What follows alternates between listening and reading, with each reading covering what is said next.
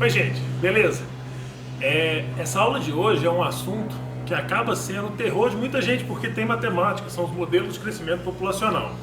Não precisa disso, vocês vão ver que todos esses modelos eles acabam sendo muito intuitivos, eles acabam nos trazendo uma ideia do que a gente já observa nessas populações. Então tentem acompanhar essa aula, seguindo todos os passos que levam até os modelos, vocês vão ver que é muito mais fácil de entender. Então bora para a aula. Olá pessoal, bem-vindas e bem-vindos a essa aula que será sobre modelos de crescimento populacional, um dos fundamentos da ecologia. E eu gosto sempre de começar essa aula com uma frase bastante famosa do George Box, que foi um grande estatístico do século passado, que, traduzindo livremente, todos os modelos estão errados, mas alguns são úteis. O que ele quer dizer com isso? Ele quer dizer que um modelo é necessariamente uma simplificação de um sistema. De outra maneira, eu não precisaria do modelo, né, se eu fosse olhar o sistema inteiro. E esses modelos, eles necessariamente não vão representar tudo o que acontece. Mas justamente por simplificar e representar uma parte do que a gente enxerga, ou representar grande parte do que a gente enxerga, alguns são extremamente úteis. E quando eu falo que essa aula, nos modelos de crescimento populacional, estão na base do conhecimento de ecologia, são fundamentos em ecologia, é porque daquela organização que a gente conhece das formas de vida, de organismo, população, comunidade, ecossistema, biosfera, aquela organização básica da ecologia, a população está bem lá embaixo, assim, né? Superando apenas o organismo. Então, a gente precisa entender esses conceitos de crescimento populacional para entender todo o resto, resumindo, beleza? Então vamos lá. Primeira coisa, a gente precisa definir populações, que é o principal conceito por trás dessa aula. Então, o que estuda a ecologia de populações? A escala de estudo são grupos de organismos taxonomicamente relacionados, resumindo, da mesma espécie. O problema é que espécie tem vários conceitos, né? Então, taxonomicamente relacionados engloba a maioria dos conceitos. E o foco são as propriedades fundamentais destes grupos, destas populações, que basicamente são crescimento, sobrevivência e reprodução. Joia? Então vamos lá. O sistema de estudo é a unidade básica. Isso é muito importante a gente sempre se perguntar, porque o sistema de estudo que a gente está interessado em modelar são as populações. As populações são compostas por essa unidade básica, que são os indivíduos, mas o foco não é no indivíduo em si. O nosso foco é o conjunto de indivíduos afetando o tamanho da população, beleza? Então a gente sempre vai estar falando, esquecendo um pouco aquela história de que cada indivíduo é único, tem diferenças e adaptações. Aqui, o nosso foco, o nosso sistema de estudo são as populações. Então, uma definição, né, um conceito mais formal de populações é um grupo de indivíduos da mesma espécie que vivem juntos em uma mesma área e que as mudanças populacionais são majoritariamente determinadas por nascimentos e mortes. Essa definição está no artigo do Turk em 2003, o link vai estar na descrição. Então, bom, para essa aula, a pergunta principal é como e por que populações aumentam e diminuem no tempo? Né? Por que uma população cresce ou por que uma população diminui? Beleza? É isso que tem que estar na nossa cabeça o tempo todo. E aí, essa primeira pergunta vem em o que afeta o tamanho de uma população. São duas coisas extremamente simples. É a chegada ou a saída de indivíduos. A chegada de indivíduos faz a população crescer, a saída de indivíduos faz a população diminuir. Acontece que tem duas formas de chegar a indivíduos na população. Eles podem nascer dentro da população ou eles podem vir de outra população. E tem duas formas de sair. Eles podem deixar essa população, emigrar, ou eles podem morrer nessa população. Para os principais modelos de crescimento populacional, a primeira coisa que a gente vai fazer é considerar que essa população é fechada, ou seja, a gente elimina imigração e emigração da nossa continha e bota uma parede em volta dessa nossa população. Ou seja, a gente quer saber como que uma população varia de tamanho em função das natalidades e mortalidades. Joia? Então, pessoal, vamos fazer os nossos modelos. O primeiro que a gente pode fazer, extremamente simples, é o tamanho da população amanhã é igual ao tamanho da população hoje mais quantos nascem, menos quantos morrem. Então, olha só, o tamanho amanhã é igual ao tamanho hoje, mais o número de nascimentos, aqui representado por B de births, porque não confunde com esse N da população, e D de death, para não confundir também NM, beleza? Então a nossa fórmula mais simples é NT mais 1 igual a NT, N agora, mais quantos vão nascer, menos quantos vão morrer. E agora a gente, vendo isso mais graficamente, o modelo mais simples de crescimento seria de um organismo unicelular que se multiplica por fissão binária, beleza? Isso então poderia ser uma bactéria. A nossa bactéria está lá sozinha, fissão binária é importante, e isso precisa ser ressaltado, porque eu estou falando de um indivíduo que, quando se divide em dois, ele próprio deixa de existir. Então, as gerações elas são sequenciais, que a gente chama de gerações discretas.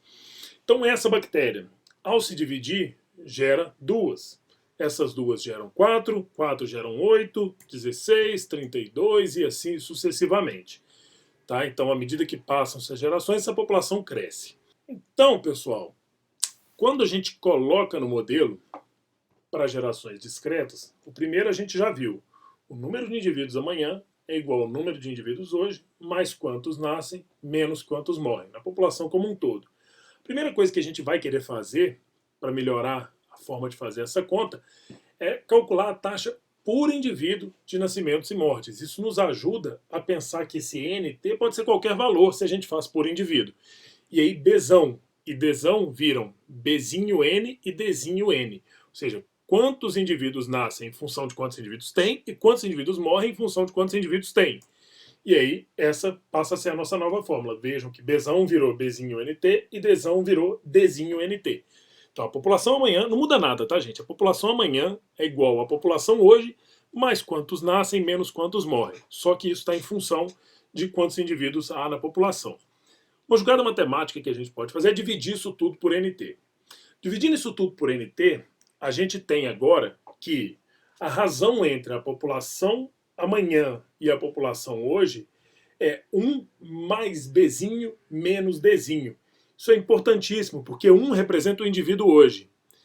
Bzinho é quantos indivíduos nascem por indivíduo na população. E Dzinho são quantos indivíduos morrem em função dos indivíduos que há na população. Isso nos leva a um conceito importantíssimo de lambda, que é a taxa finita de crescimento populacional. Esse é o nome chique do negócio, né?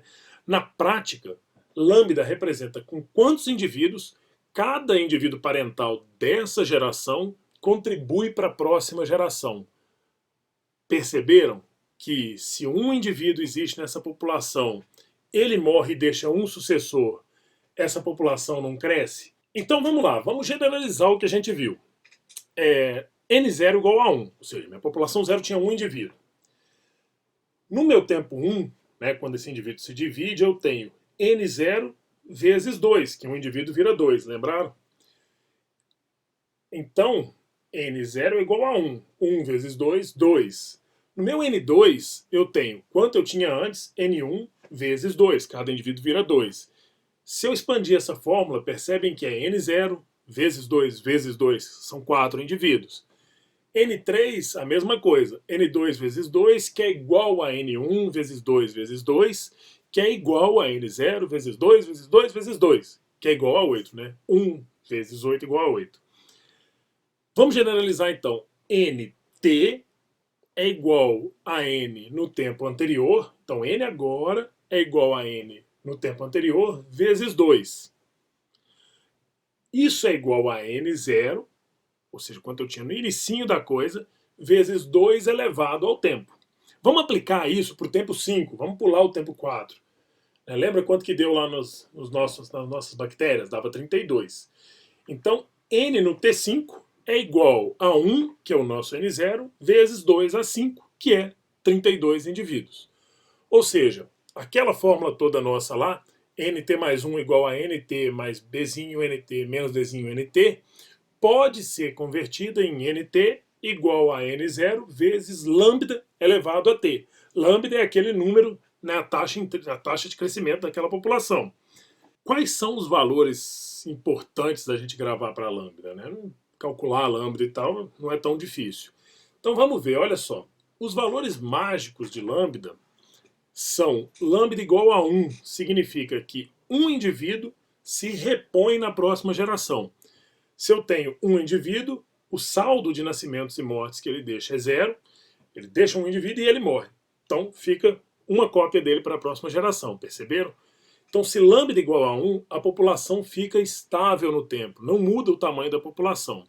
Se lambda é menor que 1, cada indivíduo sequer se repõe na próxima geração. O saldo é negativo, a população diminui. Se lambda é maior do que 1, cada indivíduo se repõe e deixa mais descendentes para a próxima geração. O saldo é positivo e a população cresce. Joia? Vamos ver isso nos gráficos.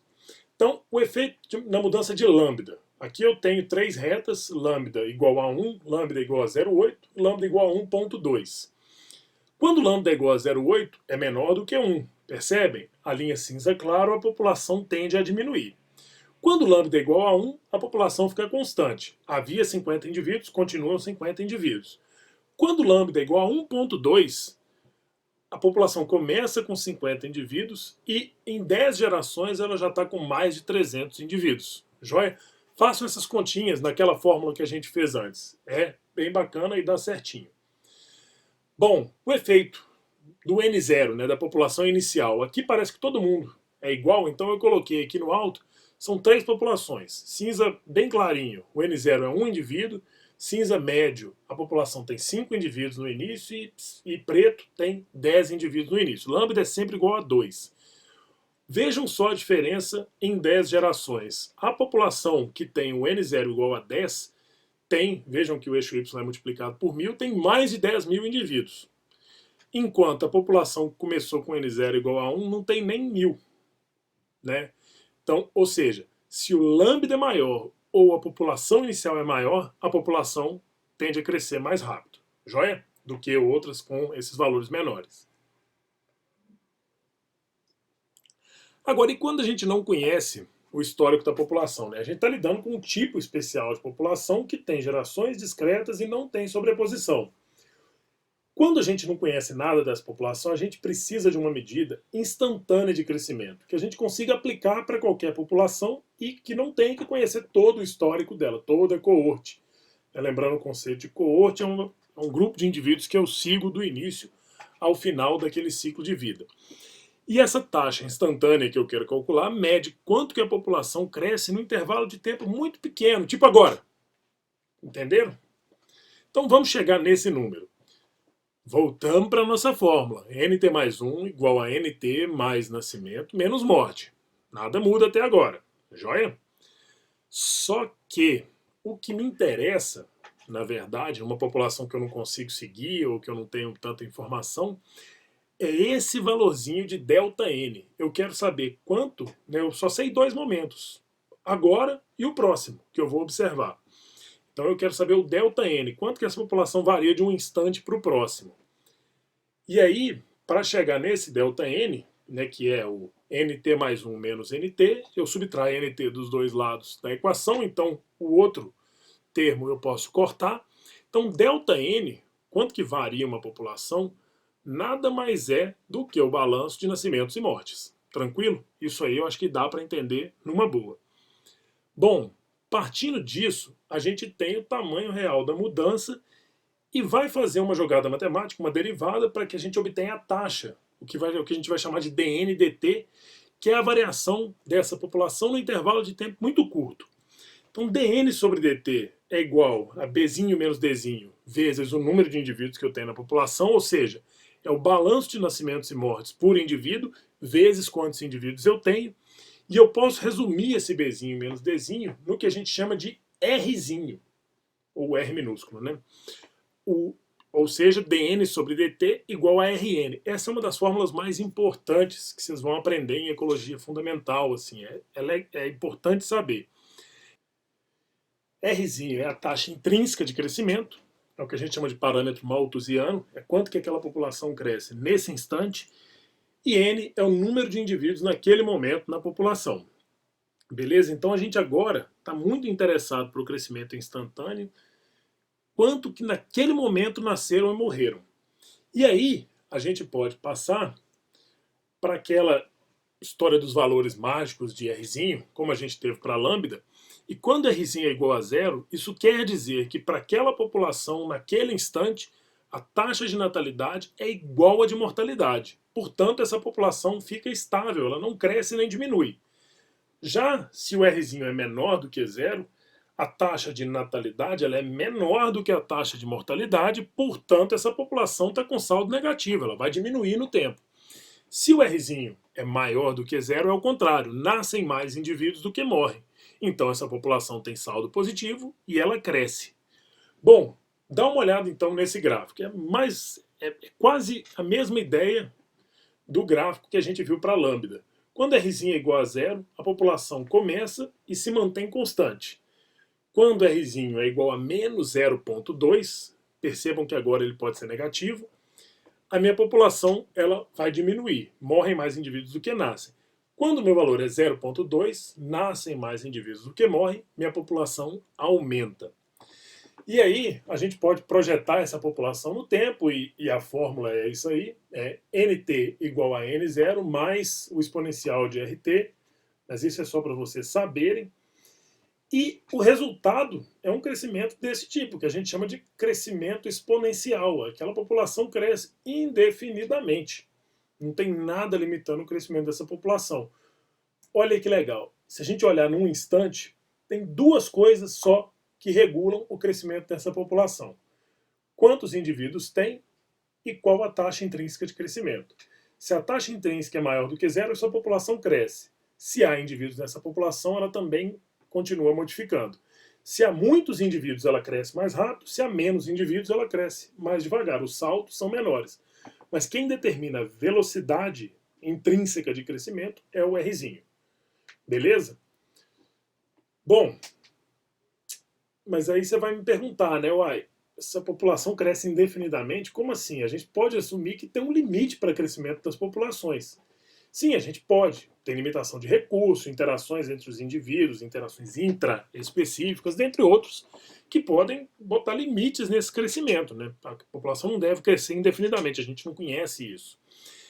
Como é que a gente coloca isso num modelo? Lembrando, todos os modelos são simplificações. A gente pode modelar essa taxa de crescimento permitindo o dn sobre dt igual a Rn lá. A gente pode adicionar um fator nesse modelo permitindo que essa taxa varie com o tamanho da população, ou seja, que o crescimento instantâneo não seja tão acelerado quando a população muda de tamanho.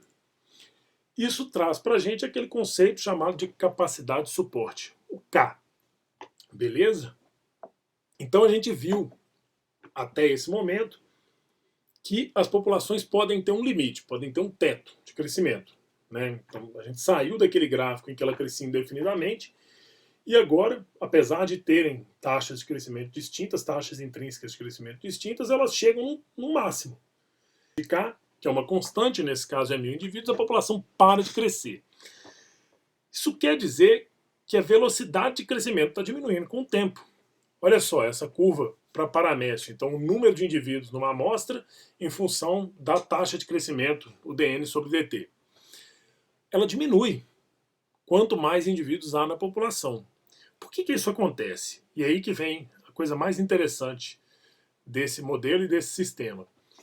Isso está representando no eixo y, né, quantos nascem e quantos morrem, e o tamanho da população no x. Se eu estou aqui à esquerda de onde essas retas se cruzam, os nascimentos são maiores do que as mortes, né? A linha preta está em cima da linha cinza, portanto o meu Rzinho é maior do que zero. Isso significa que em qualquer área que eu tiver à esquerda do cruzamento dessas linhas, essa população vai crescer. Se eu ultrapasso o cruzamento dessas linhas, agora no sentido da direita, percebam que a linha cinza está em cima, eu tenho mais mortes e eu tenho, portanto, mais mortes do que nascimentos, e eu tenho, portanto, um Rzinho menor do que zero. Logo, minha população tende a diminuir. Conseguiram perceber que, se ela passa de um lado ou de outro, ela tende a convergir nesse ponto, aonde as linhas se encontram, aonde Rzinho é igual a zero, aonde nascimentos são iguais a mortes? Esse ponto exato é o que a gente chama de K, de capacidade de suporte.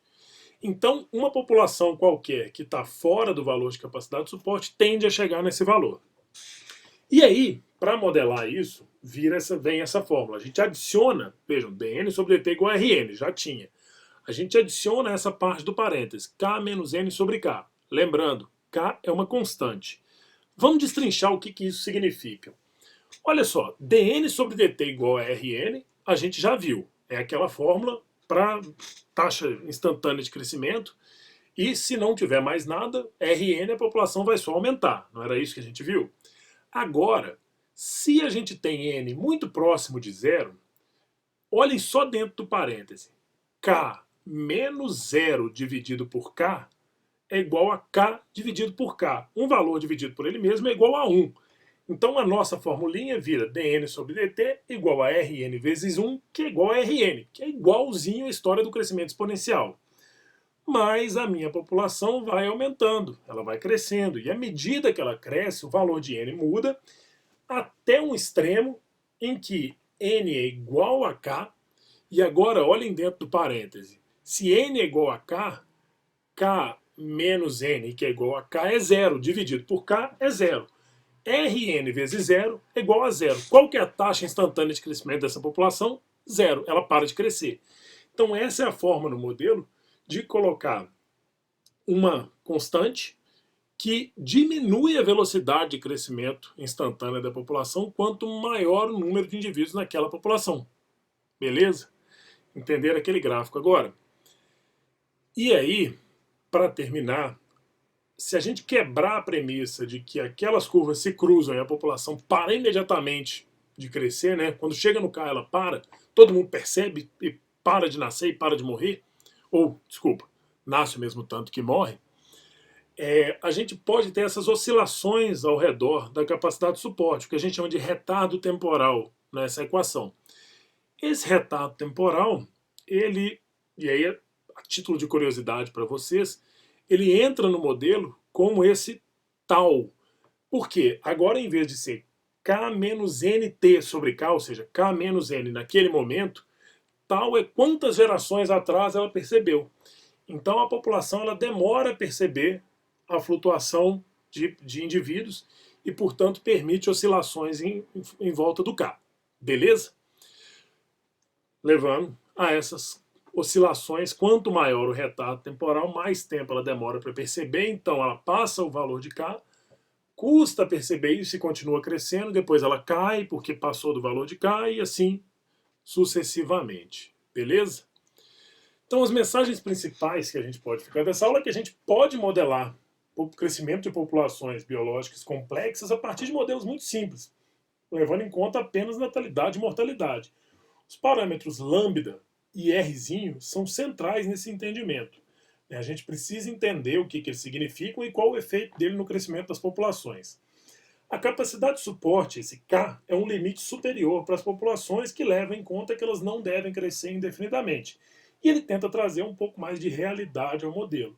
E nem sempre as populações percebem imediatamente que chegaram ao K, podendo haver um retardo temporal. Em termos de aplicações e implicações desse conhecimento, ele é imprescindível tanto para a ecologia teórica quanto a ecologia aplicada. Como eu disse, ele é um fundamento da ecologia. O crescimento populacional ele afeta a frequência de uma espécie, determina a taxa de exploração, determina se uma espécie está ameaçada ou não. Então, se a minha pergunta é, por exemplo, quantos peixes eu posso pescar antes que eu leve essa população à extinção, ou quantas árvores eu posso cortar sem que essa população vá à extinção. Isso tudo depende de quanto que essa população é capaz de se recuperar, né? Porque quando eu tiro peixes, eu estou representando mortalidade. Então eu preciso saber qual o balanço entre natalidade e mortalidade que mantém aquela população, a taxa de exploração, por exemplo. E esforços conservacionistas, eles devem levar em conta isso. Por exemplo, eu devo priorizar uma espécie com crescimento lento ou rápido? E se ela tem crescimento lento, qual a estratégia de manejo para isso? Várias perguntas podem vir disso. Então, por hoje era isso. Muito obrigado e até a próxima aula. Então, pessoal, espero que vocês tenham entendido. É bastante tranquilo, são modelos extremamente simples, realmente para representar situações simplificadas das populações, situações ideais muitas vezes, né? Por exemplo, o crescimento exponencial. Então, espero que vocês tenham aproveitado e até a próxima aula.